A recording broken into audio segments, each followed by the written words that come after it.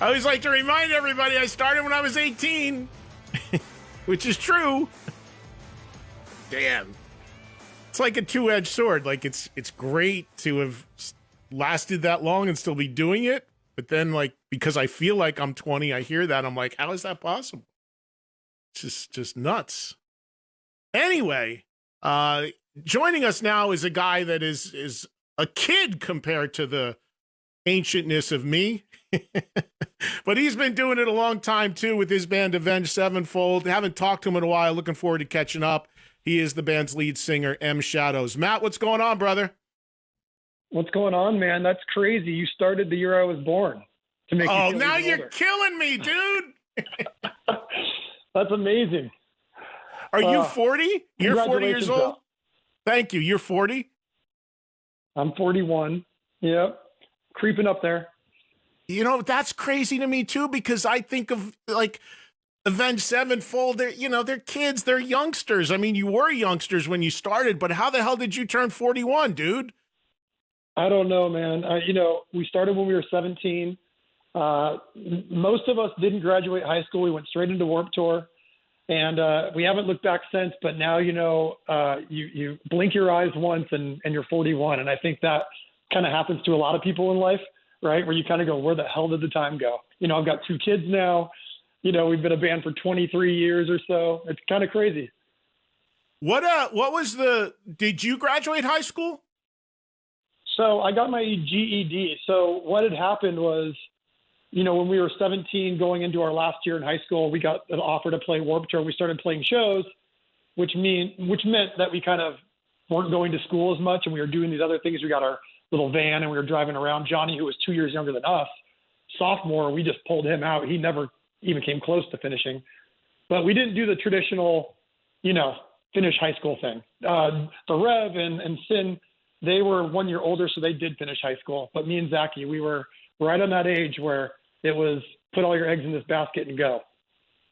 What was the vibe like from your parents when you told them that at 17 you were going to bail on high school and go on the Warped Tour?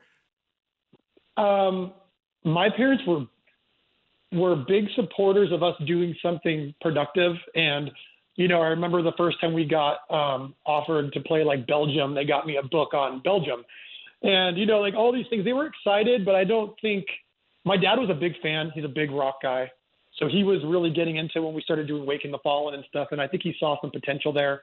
He just liked that we were together in the garage, actually being, doing positive things instead of before that, we were kind of getting in a lot of trouble.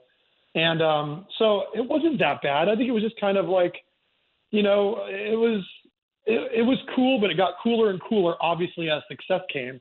It was like, okay, this is pretty cool.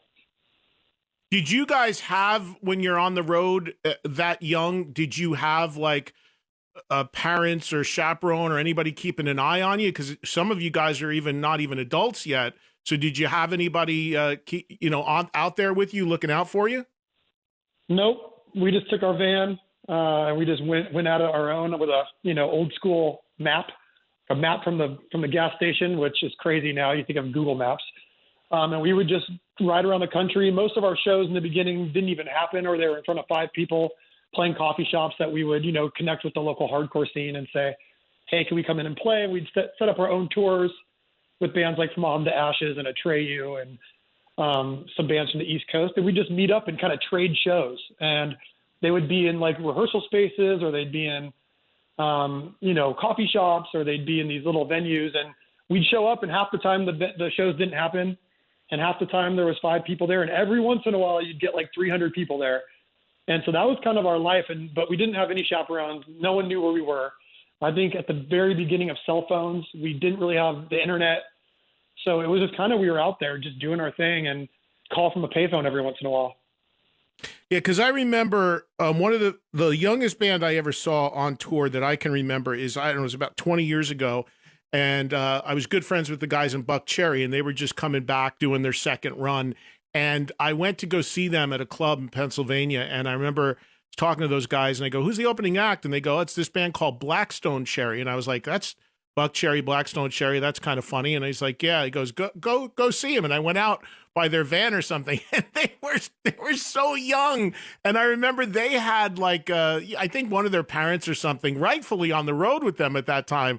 But and now I talk to those guys and see them, and of course, like everything, they're older dudes or whatever now. But I just think of that, like I'm like, oh my God, Buck Cherry at the time were working Crazy Bitch, and there's chicks out by the backstage door, and like there's these kids like they're just like completely wet behind the ears, and they're the opening act, and I'm like, man, they are getting thrown into the deep water. It was amazing. That is amazing. You know where that also happened was when Brooks Wackerman, who's our drummer, he was playing in Suicidal Tendencies when he was 15, and so he had a chaperone out. I think his dad did it for a while, then they had like a tutor out there, but he's playing with Suicidal Tendencies at 15. And so I remember he was telling me the stories of how he had a chaperone and always had someone out. And another band that we toured with was Black Tide. I don't know if you remember them, but that kid that was the lead singer, guitar player, he was like a virtuoso, but I think he was 15 at the time. And his dad was out on tour with us. Obviously 15, that's pretty damn young. And he's the lead singer, lead guitar player, totally just a shredder. But I always laugh about Brooks, who's like the most mild-mannered kid being thrown into Suicidal Tendencies with all that gang stuff that was going on at the time, and the dude's out there with his teacher or his dad. So kind of cool. Yeah, and I mean, speaking of suicidal, Robert Trujillo from Metallica, his son Ty at like 13, 14 was playing in Korn, and also I think might have played in Suicidal or something, and now has his own band. It's crazy that's the other move now, is like you're seeing the kids of these people now doing bands. I was in a bowling alley in Southern California just a couple months ago. This tiny little room in the back of the bowling alley. I went to see these young girls that a friend of mine was managing, and I turn around and there's Scott Ian behind me. I'm like, what are you doing here? And I look, and there's his son Revel. He goes, he's going up next. I'm like, it's amazing. Do any of your kids? How old are your kids? So my kids are 10 and 8. They showing any signs? So they like hip hop, and they like EDM and stuff. So they listen to some rock bands. They like System of a Down. They like Metallica. They like some things that are very like rhythm driven. But they also like Marshmello and Travis Scott and Lil Uzi Vert. So they're all over the place. But I am trying to get them into piano, because I think piano, at least they can move over to a keyboard. They can kind of go anywhere they want if they learn the piano at this age. And they seem really interested. I always test their ear, play a note, and they can sing it. So I know they're inclined. And one of my sons, Cash, he's very perceptive on things that are different in music. So I know he's got that little bug, but I also don't want to like burn them out on it and stuff. I see a lot of my friends' kids get thrown into like these, rock schools and stuff. And then a few years in, they're just over it. So I want to make sure it happens organically for them. Yeah, I'm with you 100% on that. My kids are 19 and 15. And when I had kids initially, every one of my friends in bands and stuff are like, you're going to get them into heavy rock, right? And I go, no. I said, I'm actually not going to push them into anything. Like, if that's the direction they go and that's what they're into, then great. But I'm not going to put them in a room and crank Number the Beast until they come out metal fans. Let them kind of go on their own path and figure it out. And I think that's smart. But from what you're telling me, it sounds like your kids probably have obviously have a lot of you in them, but maybe some of your musical tastes have gotten into them a little, because I remember, as much as you're into heavy rock, you have a pretty wide palette. I remember one time we were in LA and you came and did my show, and you had just come from seeing Kanye, and you were raving about the Kanye show and all of that. So you actually have that much diversity in your own taste, right? I do. And I think, one thing that what most people do, and I've done it my whole life, is you kind of pull from the things that, even if you weren't the biggest fan, like my dad was playing, I became a bigger fan later, but when you're going around the house and it's Alice Cooper and Boston and Led Zeppelin and stuff like that, then as you get older, no matter what kind of music you're into, even if it's heavier or it's an EDM style or this or that, you're pulling from all those things that you heard in the car or heard in your house. And then you go back to them, and you talk to people like Marshmello or the Chainsmokers. These are all guys that grew up in the hardcore scene and Warped Tour, and they're pulling things, or maybe Sudden Death. Some of these like EDM guys that are heavier, they're pulling from heavy metal. And so it's interesting that, you know, all the music kind of plays into your palette at some point, and then you kind of got to choose, okay, well, this is what I want to sound like. But really all that stuff kind of plays its own role, I think. Hey, one more thing on the past, and then of course we're going to talk about what's going on now. But you mentioned being so young when Avenged Sevenfold started and having this opportunity at 17 or whatever to go on a big tour at the time, like the Warped Tour. How did that come about for you? Because it's crazy now, as you know from when you started. Now young bands starting out, it's so different because I say all the time, I have this saying that I tell people all the time, like, well, the good news is anybody can make and release music now. The bad news is anybody can make and release music now, meaning that the gatekeepers are gone and the marketplace is like so flooded and everybody's just looking for, it's not even about trying to sell you the music. It's about just getting you to know it's there and listen to it. It's that crazy. But for you guys, obviously it was still the traditional era of the music industry. You got a record deal, you got out there and worked it. I mean, getting that deal was a huge initial thing. How did that all fall in place to you for you guys so early on at such a young age? What was that process that got you on a big tour like that at 17? Yeah, so I think we were extremely lucky. Not only did we come from Orange County, which had a rock and roll scene or hardcore scene at the time, a punk scene, but because we were in Orange County, there was a ton of bands that we were friends with that were able to put us on shows, which in turn had a big audience because there were so many bands and all the kids from your school came and there was a scene, which in turn made the labels pay attention to it. I don't think Avenged Sevenfold makes it out if we're anywhere else in the country. I just feel like we were so lucky to have all these bands happening, like 18 Visions and Bleeding Through, and there was just a ton of hardcore bands, Atreyu at the time, and you'd go to Showcase Theater or Chain Reaction, which are 300 cap, but they'd be sold out. And maybe it was all your friends, or maybe it was all your friends and family, but there was a lot of hardcore kids that just wanted to go to shows. And so for me, I look at the labels and they're just kind of looking for interest, right? They're not listening to every demo they get sent. Maybe they are, but they're really looking to see, okay, do people like this? Do people respond to it? And when you walk into the Showcase Theater and everybody's punching each other in the face and moshing and going crazy and having the time of their life, it was a lot easier for bands like us to get that initial kind of foot in the door. So when Hopeless Records came around, it was kind of based off of, I think, just the fact that we had an audience already and they could see that, okay, these guys in Thrice seem to be what's happening in Orange County. Let's give them a shot. Before that, we were just kind of on the internet sending demos to everybody, every hardcore kid across the country for free. We were just burning them on our CD player. And this was the beginning of the internet, in AOL chat rooms. And so but I always tell people, I go, we don't think we made it because of we were great at the time. We made it because there was a scene that gave people security, like, oh, we can give these guys a little bit of money to go in the studio and see what happens. Is there still a scene in Orange County or no?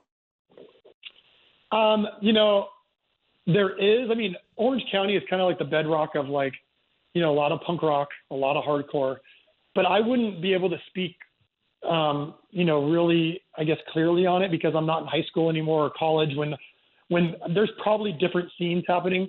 I don't see a lot of those places went out of business, which doesn't give me a lot of confidence that it's a big underground scene. But then again, it may have moved somewhere else, so it's really hard to say, but I definitely am not, whatever's happening in high school right now, I'm not really clued in on, to be honest.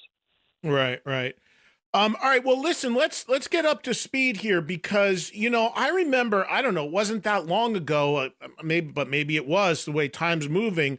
But I reached out to you and I forget because I remember hitting you up on text and like, hey, man, you want to come on and shoot the shit a little bit? And you got back to me and you were like, I'd love to, but I can't even talk right now because you were going through stuff with your voice and you were under instruction to not even speak for a while. Take us through that and everything that's gone on with you vocally and your recovery to get back to the point where you've now released a single and about to put out an album. Yeah, so it's been a really, really long journey. I had to pull out of. So a couple different things happened, and I'll try to go through it as quick as possible because it is kind of nuanced. But I got time if you do. So whatever you want to say. Yeah. So we'd finished that Metallica tour, and I knew something wasn't feeling right. Almost like the placement of the voice was getting too far forward on the chords. It wasn't deep enough. There wasn't like that kind of initial anchor or hook. And so then, as the singers do, you take a bunch of like Advil every night, just try to get through the shows. You don't want to cancel anything because it's there's so much responsibility on that crew and people, and it just gets really, really bad. So trying to get through those. Then I went to do another headlining tour, and it felt a little better. And then I took 3 months off and went back to do like Rock on the Range and a couple things. And I went to go sing, and there was this gap in my voice between the chest and the mixed voice or the head voice, and I could not connect it. It was just not working. And so I went out and played 3 shows for Danny Wimmer, and they were awful. Like I just couldn't sing through the break, which is like F, F sharp, G, like these super important notes, especially when everything's in D minor. You're constantly hammering the spot, but the chords just weren't working. So then I go over to Europe, and I try to get through headlining Download, headlining all these festivals, and I literally cannot sing F, F sharp, G, and then it kind of opens up again on the top and opens on the bottom, but I'm just totally screwed. And so you get on stage, you're embarrassed, you're trying to push through these things, and it just makes it worse. So I come home, and we have this whole tour lined up, and I'm just like in the worst mindset you could possibly be in. I've just croaked my way through Europe. I'm looking at the videos online. They're awful. And then I'm like, okay, I got to go back to the doctor because they just said my cords were bruised. I go to the doctor, and they're like, yeah, your cords aren't even like moving in the middle. Like they're so frozen still. You've also got a blood blister on one of them, and you've also got like a viral infection going on. So we canceled the tour, and then I went on voice rest for like 4 or 5 months, which looking back on it probably wasn't the best thing to do. And then I started working with my vocal coach again, and we just couldn't get through it. It just wouldn't work. It wouldn't loosen up. Nothing would work through it. And this went on for like a year and a half of just trying to constantly do exercises to get through it. So then I went back I went to UCLA, looked at it again. They're like, yeah, your cords just aren't moving. Like they're totally stopped. And so it's like, okay, so what do I do? And they're like, oh, we don't know. So I went to another guy in Boston who's the number 2 doctor in the country, and he told me I would never sing again. He said, there's no vibrations happening on your cords. You're not going to sing again. And so I was like, okay, well, what do I do? And they're like, well, we could do like a really interesting surgery where we take the back of your cord and wrap it around the front, and then maybe you can learn how to sing on that. And I'm like, doesn't sound great, but okay. So that was another anxiety attack for me. So then I flew out to Boston to see Dr. Zeitels, who did my first surgery my one and only surgery that I've ever had was actually in 2002 after Waking the Fallen. And he's like, no, you're fine. He's like, I'm just going to go in there, pump some saline in there, get the cords loosened up again, and you're going to be fine. And so I do this surgery in Boston about a year and a half ago, 2 years ago, a year and a half ago. And I come back, and my vocal coach dies. And so I start working with Seth Riggs, who does like Stevie Wonder and was Michael Jackson's coach forever. And we just totally start reworking the technique, and the chord starts working again, and everything starts falling into place. And now I'm in a position where I can do anything I want with my voice, and I just need to hone in on this technique to make sure I don't go on the road and get myself in the same situation. So that's the quick version of like a really long, painful, anxiety-ridden last, 4 years. Let me ask you this. When you were having trouble and you said that your voice was bad and you had those really bad shows, did anybody say anything to you? In other words, did anybody in your band or management or promoters or fans, anybody say to you, hey, what's up? Or was everybody like, hey, dude, you sounded great? Or was anybody honest with you and pulled you aside and said, hey, what's going on? Not that you probably knew you were having problems, but did anybody say anything about it? Oh, it was. We've talked about it all the time. Like we all knew, and within the band, issue was everyone in the band knew, management, everyone knew, and it was one of those things like, okay, do you want to cancel? And I'm me being the way I am, I didn't want to, but I also was going to doctors in between, and there was really no solution, right? It wasn't like, oh, do this or take a week off and you're just going to do this. It was like, oh, your cords just aren't moving. And so then it was like, okay, this is a bigger problem. We can pull it all now, but there's really not like a kind of North Star. It was just really like a really crappy time to kind of figure this out. And then you're also thinking about, okay, we've got these major dates over there in Europe. We haven't been over there in a while. And it was just one of those things where I take on a lot of weight and a lot of responsibility being the singer, because it's always going to be me if something happens, right? It's always like the vocal cords. If something's going to happen, it's usually you. And I just take it really seriously. And the implications of canceling stuff just really weigh on me. And so, yeah, everyone knew, but we were all trying to get through it together. I had all the accommodations I could ask for, but at the end of the day, if F sharp, and G aren't working, you're in big trouble. So where are you at now? Tell me about making this record. So everybody now knows in the last few days you've announced a big tour, which is starting on July 18th.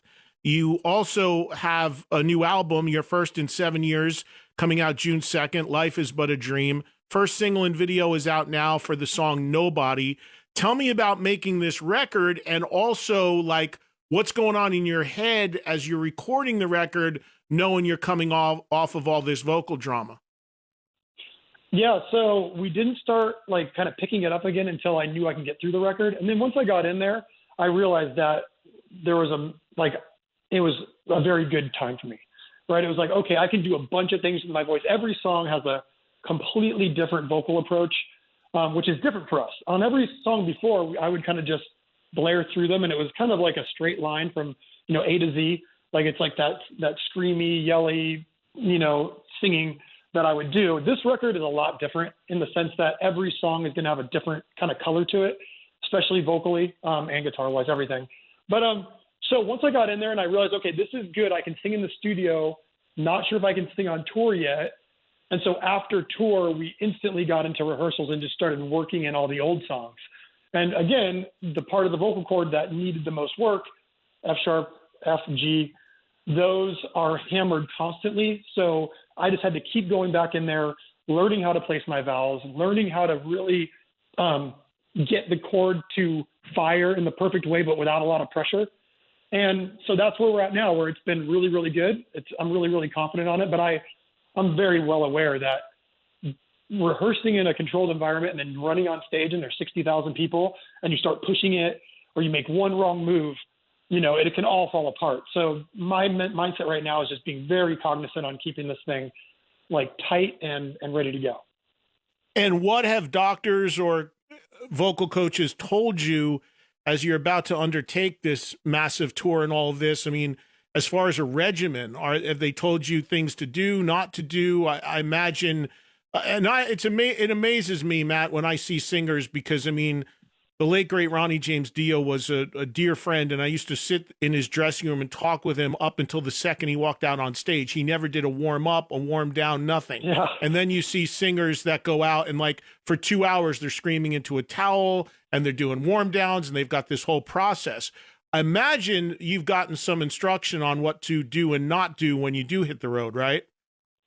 Yeah, I think I'm an over warmer upper. I'm like, that's how my brain works. I want to make sure it's ready. So the moment I wake up, I'm like, oh, and doing all these things in my hotel room or whatever. And there was guys like the Rev who was the same way as Ronnie James Dio, where everything was just placed perfectly. He could go scream his ass off, and it was always going to be placed perfectly. I'm not like that. Like I can easily get myself in trouble by bringing up my larynx or doing certain things that are, just not good for singing, and it starts squeezing and the muscles will maybe start coming in the wrong way and not giving you the perfect vowel shapes.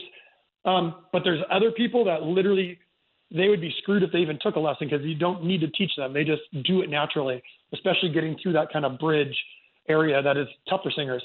So for me, it's about staying calm, staying relaxed, just having confidence in the technique, keeping the vowels, I always say this, but keeping the vowels narrow, keeping everything on the right part of the chord, and trying not to like fall off the edge of the Grand Canyon. It's kind of one of those things where you're walking down a path, and if you stay on the path, you should be fine.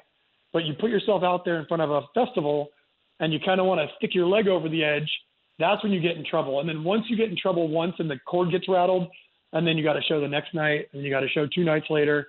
That's when the problem starts, and then you start seeing it kind of disintegrate over time. Yeah, I mean, I would imagine as a singer, which of course I am not, but I have a huge appreciation of singers that I love, but I would imagine that because it's a physical thing, because it's a muscle, because it's your throat or whatever, I would imagine that there's a mental aspect to all of this too. I mean, I could envision how that would, if you, like you said, you got to go out there and you got to sing in front of 60,000 people that, you know, you don't want that getting in your head a little bit too, because I would think that would tighten you up and get your head going. And that would be a problem too. 100%. Like any sort of like stress. I mean, if we think about it in terms of people making themselves sick just over stress and anxiety, you know, your stomach could start hurting or this or that. Any of that stuff playing into your throat and you start tensing up a little bit. Now the muscle's kind of squeezing on the cord in the wrong way.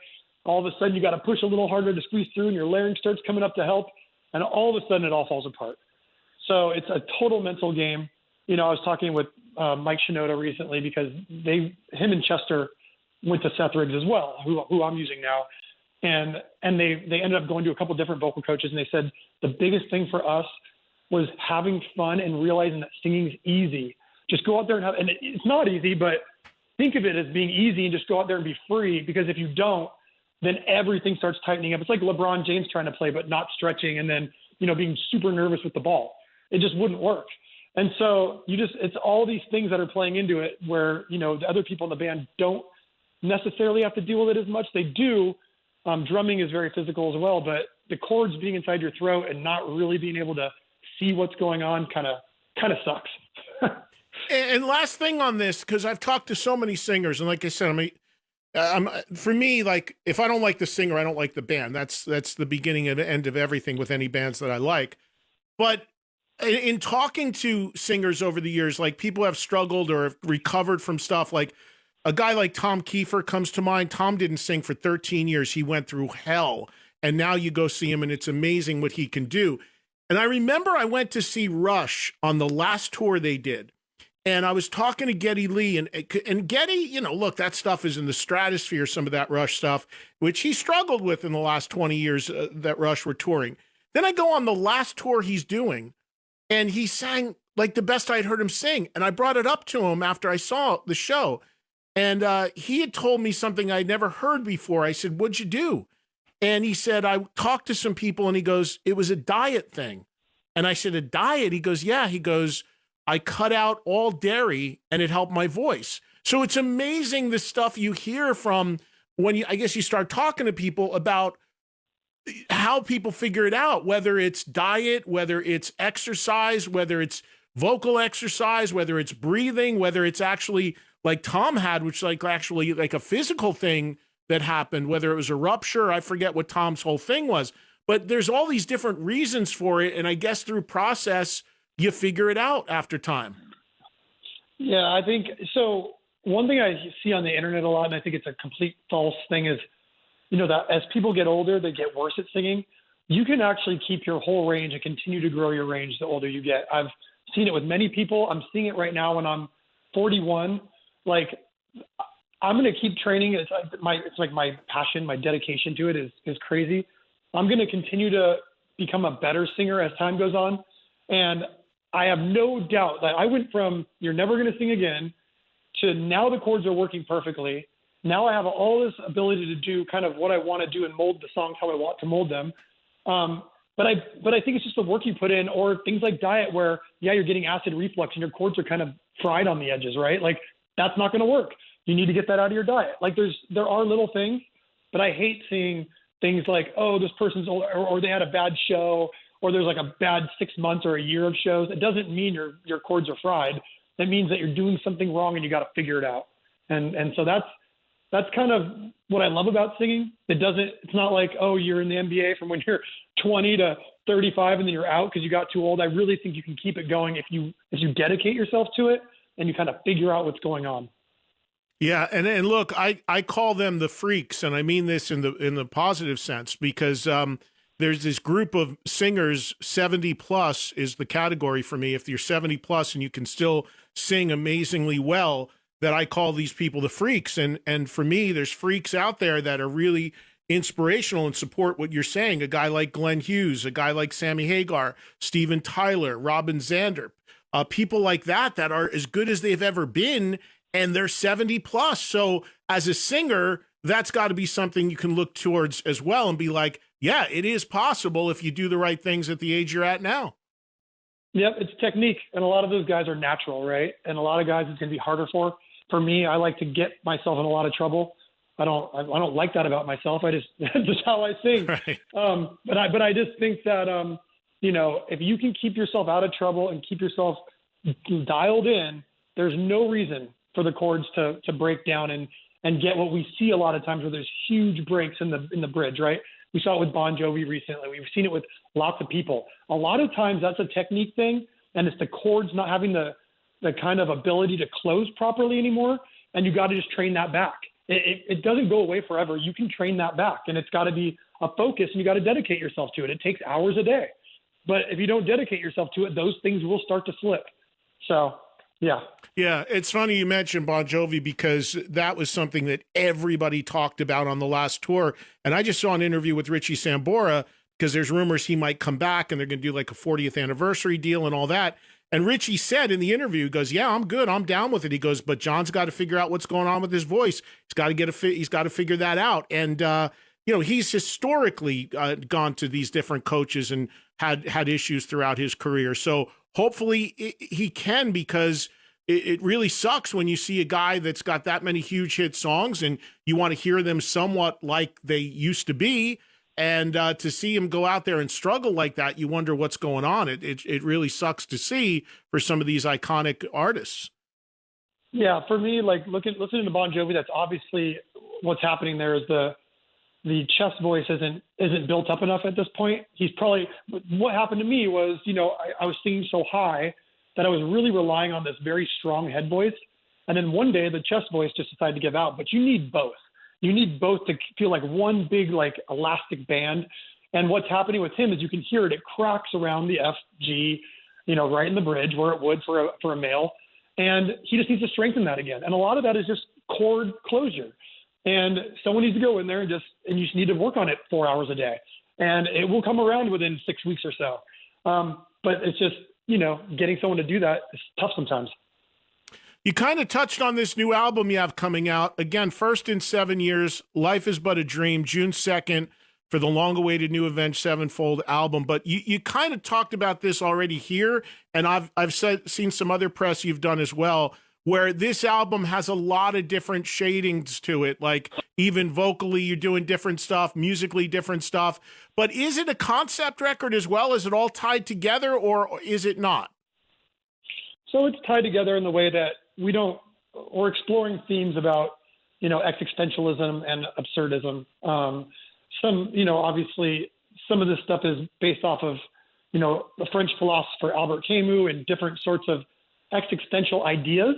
So it all kind of plays together. It's not like we have a song about partying all night and then the next song is this really deep song about, ego dissolution. So, it all plays within this sort of, weighty sort of subject matter. It's kind of the stage was the same way, where it wasn't like Operation Mindcrime where you're hearing a story all the way through, but it has themes. So this is the same sort of idea that musically and thematically they're all in line. And the song that's out now with the video, which is insanely cool looking, Nobody. Where would you, that's obviously the only song anybody has heard so far from the record. It's the only song that's out. But given that that's all we have heard now, how would you say that is in terms of is that indicative of the rest of the record, or is that how would you frame that song? Cause people off of one song will make an assumption, well, that's the type of record it's going to be. Is that accurate or no?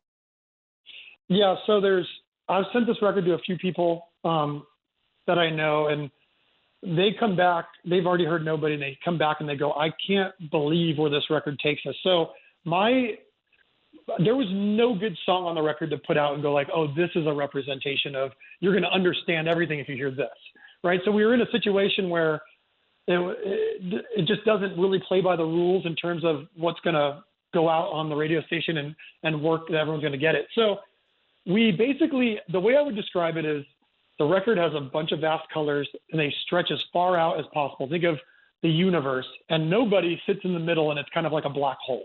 It's this big, weighty, orchestra-driven sort of like existential crisis, sucking in everything in its way.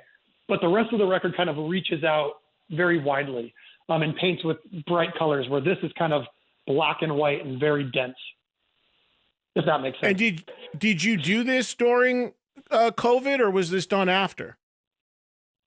So we wrote a bunch of music beforehand. We took all of COVID off and kind of got together a little bit and worked on stuff. Then after COVID, we kind of really reworked a bunch of stuff. Like we went way further with some of the ideas that after we lived with them for like a year, we kind of were like, oh, that's cool, but what if we did this, right? And so we started reworking ideas after COVID, but the record definitely was kind of an accumulation of those 4 or 5 years that we had off. We kind of were always working on it, but never kind of taking it too seriously. We were just allowing ideas to come to us, which I think is really healthy. Sitting in the shower, not worrying about a song, and all of a sudden you're like, oh, that would be cool. And then you kind of run over to Brian's house and we throw it down and then live with that for a while. So there was a lot of that. And, it's 7 years since the last record, The Stage. And I think about that record a lot because I remember talking to you around that time when that record was coming out. And you guys took a really different approach to The Stage and releasing it. I've talked about this a lot on my show every day. It's interesting to see artists' approach to putting out music because in some cases you have artists that'll put out 4, 5, 6 singles and videos before the album is actually available. And other cases, it's like a song and then the record's 3 weeks away. What you did with The Stage was a complete like sneak attack. For people that don't know or don't remember, you didn't tell anybody. One day, there's the record. I think you played on the top of Capitol Records. And I guess that was kind of looked at as a little bit controversial in the aftermath of that, like in retrospect, whether that was the right approach or not. I thought it was really cool because I think sometimes people put out too much information and fans don't even know when the actual record is or isn't out because so much of it's given away in advance. But what do I know? I mean, I know the business is always changing and evolving, but talk about doing it the way you did it with The Stage. And obviously it seems like, given that we have a song a couple months out already, going back to the more traditional approach. Yeah. So The Stage, if you remember, we actually dropped the single out of the blue.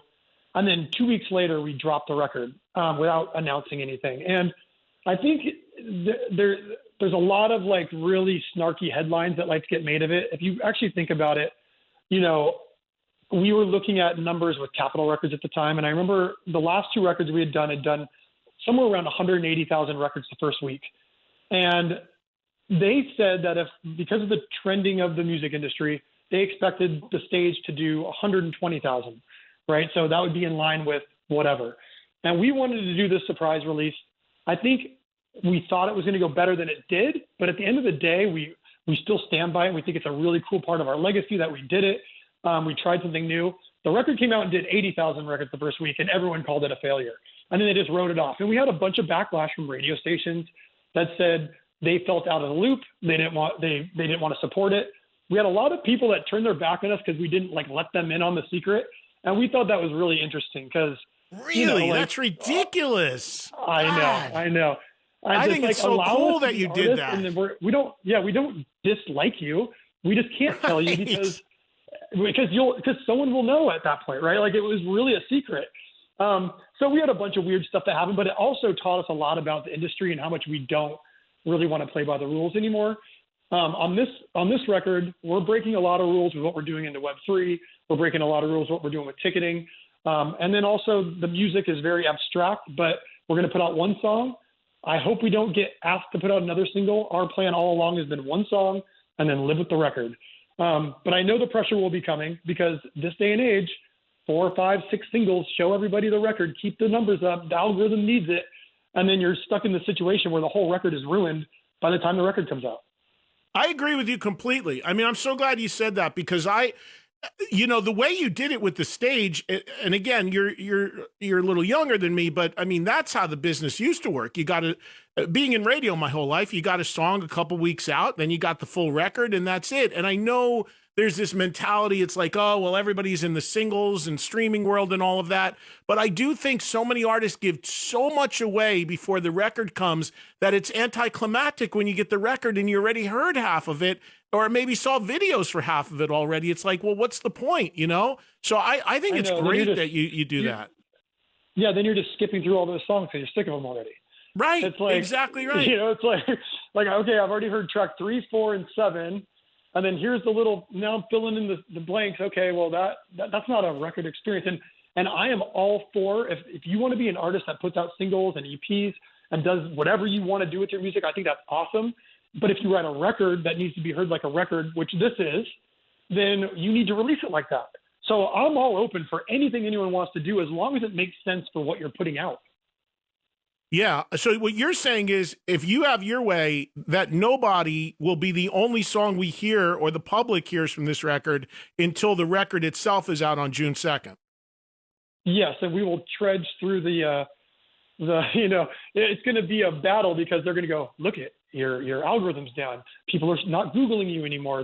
And that's what everything gets based off, and it sucks because then you have to have these fights about little things that shouldn't matter, right? In my perfect world, you put out Nobody, you've got a taster, and now we build up the hype for the record by playing some shows. We do this ARG event that we're going to do, maybe a couple listening parties. That's in my perfect world. That's how you do it. But I know we will start feeling the pressure as soon as they see numbers start dipping. Well, you got to be pumped, man. I mean, I know that before the full tour got announced, or the first leg of it, which, again, I mentioned the other day, starts July 18th, you had announced 2 shows, standalone shows in the U.S. at the 2 most prestigious arenas in the country, headlining Madison Square Garden and headlining the Forum. That's got to feel just amazing for your band to be able to say you're doing that. Yeah, it's great. I mean, we wanted to come back with something that felt important, and kind of, just roll this thing out in the correct way. New York and LA are not our strongest markets, but we felt they were important plays.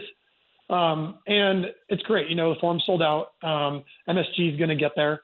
Last time we played in New York City, wasn't the greatest for us. So this is actually already a win for us. And now we just need to go out there and just kind of try to put out this kind of top tier music and this from the art and the videos and everything we're doing. We're trying to do it as well thought out as possible, and including the touring and the live show that we're creating. I'm just trying to do things that really kind of express what we're trying to put out there and make it as important as possible. I mean, it doesn't surprise me the Forum sold out because you're a Southern California band, but I got to tell you, to come into the Garden, which is notoriously the most expensive building in the country, and the union fees and everything, I mean, you got to sell that building out to stand a chance to make any money. But the other thing about that is, knowing this market and living in it my whole life, there isn't a radio station in New York City that touches Avenged Sevenfold. There's no, I mean, the only rock station in New York City is a classic rock station. So that is a huge testament to you guys and the work you put in to build this, and your fan base, that you can come into a market where there is virtually no outlet locally for your music, and to be able to I'm sure by Showtime sell it out. That's amazing. Yeah, one of the people we've been kind of, as this industry changes, one of the people we've been looking at a lot is Rammstein. And the reason is because, if you look at their Spotify plays or, monthly listeners or this or that, or record sales, it looks like no one knows who they are. But then they go on tour and they're doing stadiums. Yeah. And I feel like it's a healthy kind of sort of goal for us, or North Star, to just say, really dig into your fan base, create, very, very high level value for them, and really take care of your core, and things are going to be fine. Go do these shows in certain areas, branch them out, make sure they're big plays, make sure they feel important. But really, that's all you can do these days, because if not, you're just going to be begging radio. It's not going to play you anyways. You're right. New York doesn't play us at all. They haven't played us in a long, long time. I remember doing Mayhem Festival with Korn there years ago, 2014. And every show was doing 18,000 people. Jones Beach did 5,000 people. And it was just like, okay, no one cares to see our bands in this area or in this, in this vicinity, but you can't give up on it. You got to keep coming back and just solidifying your core. Yeah, I mean, no doubt. I have I'm not to say this to be self-serving, but I have a once a week syndicated show that's on in New York City, and to my knowledge, it's the only place in the number one market where you can hear bands like Avenged Sevenfold or anything remotely hard rock, whether it's new or classic. So the reach, the options are super limited as far as what you can do. But I think that's great, and I hope it'll be a hell of a statement to see that thing sell out at the Garden. And when you mention Rammstein, I feel like now I've not seen them live, but I've talked to people who have, and they tell me that's the whole thing. Like the legend of their live show and the pyro and the production. To me, it sounds like I've talked to a lot of people who have gone to see Rammstein with no knowledge of the music at all. They eventually actually get into the music, but they went because they heard about the spectacle. Yeah, so that was me too. So I obviously knew of them when they were playing Du Hast on K-Rock, years ago. Yeah. And then I kind of fell out. And then I saw they were doing some things. I saw they sold out, Madison Square Garden and the Forum, I think it was. Years ago when they were making their return to America, they never came here, or they never came much. And then I started kind of seeing their live show in Europe. And then I started when I was golfing or just hanging out, I started putting it on and I started just loving it. I really love their records. I know every song now. I really enjoy them, but I do see that where people go like, oh, we're going to Rammstein. I'm like, you listen to them? They're like, no, I know Du Hast, but I'm going to the show. That's an interesting approach for them, where people just want to go see the absolute mayhem that goes on stage there.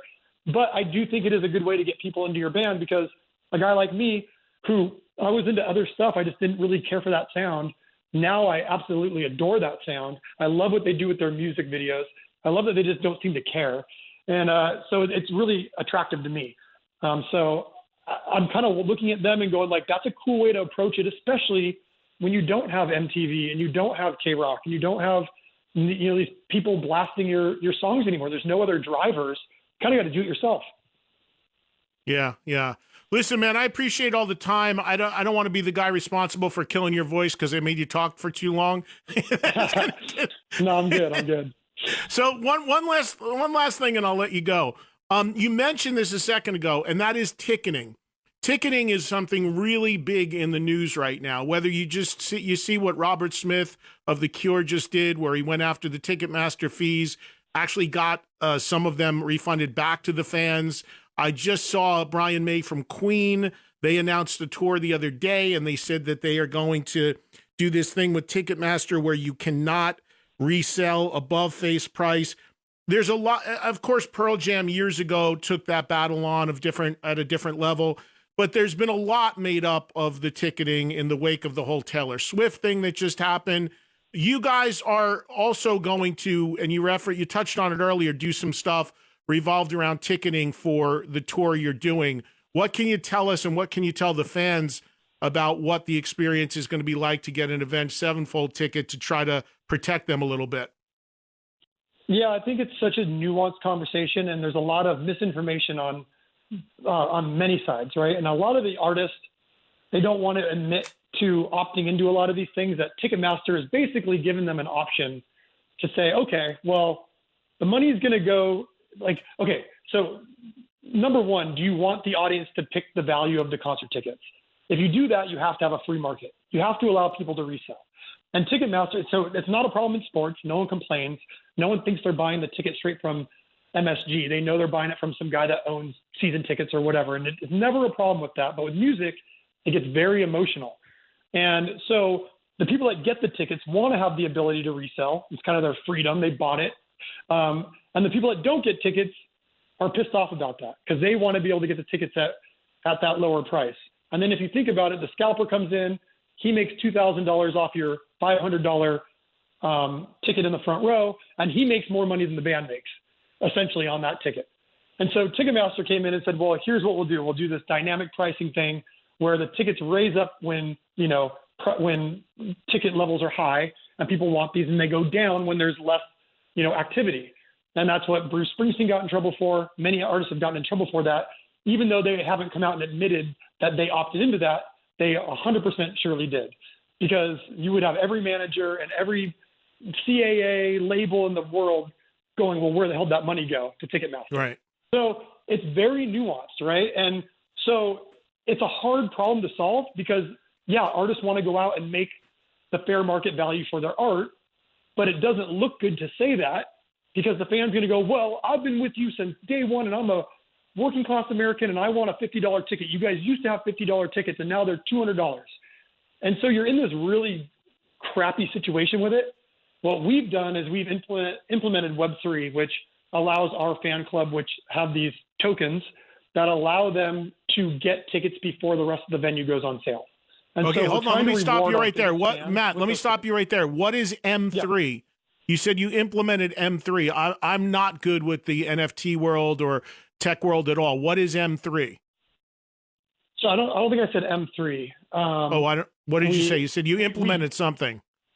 So we implement Web3. Web3. Okay, so, what is that? Yeah, so Web3. So Web2 is the internet that you kind of exist on now, which would be like Facebook and there's or like Instagram, and they have control over your data, right? Web3 is that we give people a token which authenticates that it's them, and it can interact with things called token gating. So you can't get into the Ticketmaster website unless it's reading that token in your crypto wallet. So you can imagine that if you have this token, this NFT, it is speaking to Ticketmaster and saying, yes, you are a part of, where if you have a code or a deep link, those can be passed around. I can pass you my code. I can pass any of my friends the link. It's all going to allow them to buy tickets. But what we have set up now is that if you have this token, it talks to Ticketmaster, gives it a kind of digital handshake, and they're allowed to buy tickets before anyone else can buy them. So that's what we implemented. And then if you want to just say, well, I don't want anything to do with that, I'm cool with, battling the scalpers or buying secondary, then you're totally free to do that. But we're trying to reward the fans that have, participated in this ecosystem with us that we've built. And how do you get that token if you want to do that? Do you have to buy it from you guys, or do you just have to register? How does that work? This is the rabbit hole of Web3. So we sold the tokens a year and a half ago. They're all sold out. But the thing about it, think of it as Patreon or as a fan club. But the interesting twist on it is that those fans own those tokens and they can resell them when they don't want in. So there's about 250 of them for sale right now, and people can buy them. And they give you access to all sorts of things, not just, the ticketing. The ticketing is one little aspect of this club. So think of it as a one-time buy-in fan club that you stay in for life, and when you want to leave, you can sell your token. And so you only made a limited amount of them, and the ones you made are sold out. That's it. Yes, but there's secondary sales. And so one thing that we're implementing next tour is we're going to try to give out free versions of this to everybody. And this is like the rabbit hole of rabbit holes, but all of our merchandise, all of our vinyl, all of our CDs, our Spotify users, we're going to be airdropping those people tokens that allow us to see how much they've participated in the ecosystem, and we tier their passes up. So they get the pass for free. They're already buying a T-shirt. They scan the T-shirt. All these things go into your wallet, and it's tiered up now to where you get tickets earlier than the guy that isn't participating at all in the ecosystem. That's not really a fan or could be a scalper. Wow, that's interesting, man. I heard, for a long time, it sounds just like basically a digital version of a fan club, but for a long time, the NFT thing was everywhere, it seemed like. And I mean, everyone I talked to, I even had Geezer Butler on my show. He was pushing an NFT like a couple years ago. I haven't heard talk of NFTs. For my audience that doesn't know, it stands for non-fungible token, but I haven't heard talk about that at all in it seems like the last year. I didn't even think it was still a thing, but it sounds like it is. Yeah, so there's people like me that kind of saw the underpinning of the technology, it's blockchain technology, as the real gold mine, right? That was the thing that was going to be different than the internet. But with like anything else, you saw these kind of collections of, imagine a fan club starting, but there's nothing to be a fan of.